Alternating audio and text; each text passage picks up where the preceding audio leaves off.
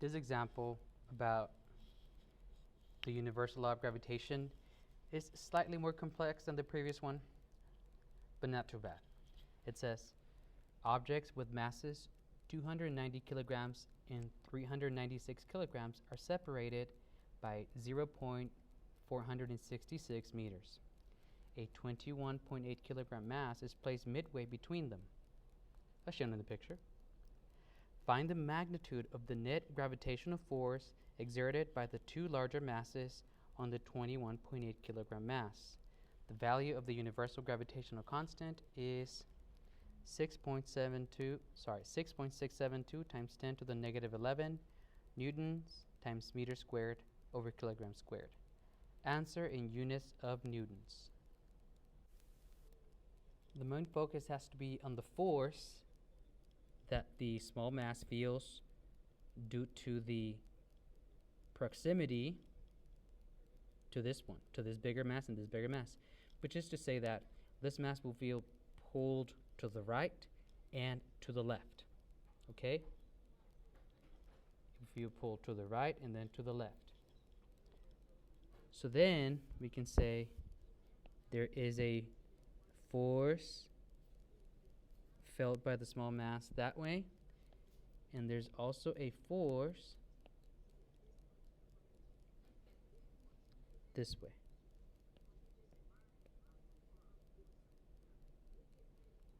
All right. Now we need to make sure we account for the distances because we're using the law of universal gravitation. So we have to account for the distances. Although we have the total distance between the two bigger masses, well, by virtue of this being placed in the midpoint, we can say, all right, from here to here, yeah, this is midpoint.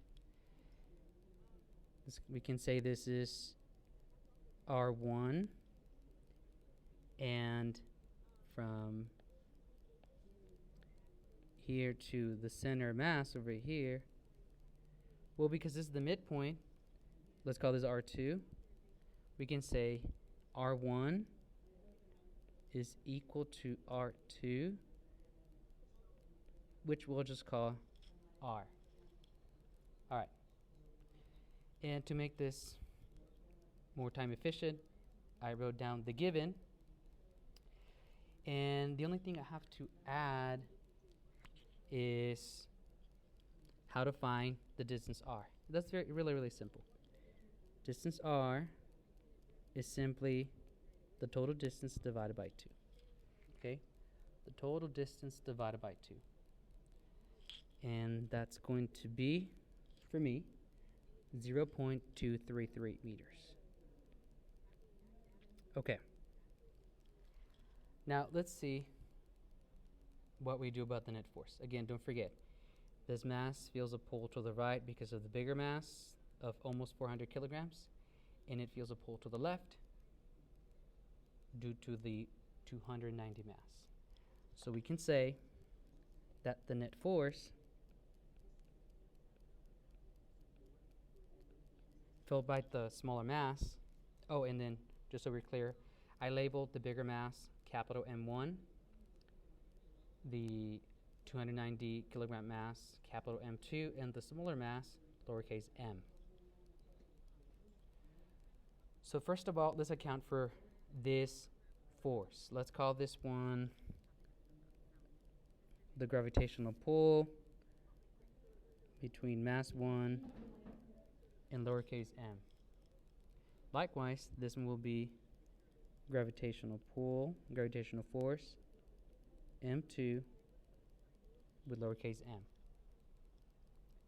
So then we can say, well, the net force will be the force between m1 and m2, right? Because this mass feels a pull to the right toward the 396 kilogram mass, minus, because they're pulling in opposite sides, F between the force due to the interaction between mass 2 and lowercase m. Well, we can now use the law of universal gravitation which says the force is equal to the universal constant, big mass times small mass divided by the distance squared. So now, the net force, let's account for the first interaction between these two masses. It'll be G m1 times lowercase m between r squared. Now let's account for the second interaction between these two masses. Don't forget about the negative sign, showing that they have opposite directions. m2 times m divided by r squared. Because there's a lot of variables that are repeated, we can factor out the universal constant, radius squared, and lowercase m. After we factor those out, we'll get that the net force is equal to G times lowercase m mass 1 minus mass 2, both of them are capitalized, divided by r squared. After that, we just have to plug in our numbers. Let's do that real quick. So let's start with the constant. That is 6.672 times 10 to the negative 11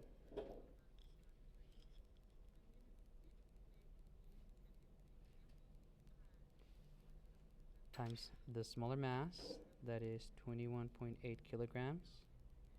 And then the difference between the bigger masses, that will be 396 minus 290, and then divided by the radius squared, which is 0.233, and then don't forget to square that one. And that is the net force. So that's going to be 2.8399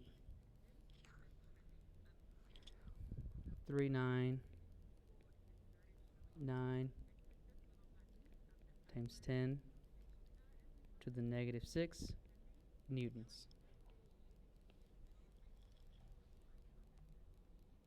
And that's it.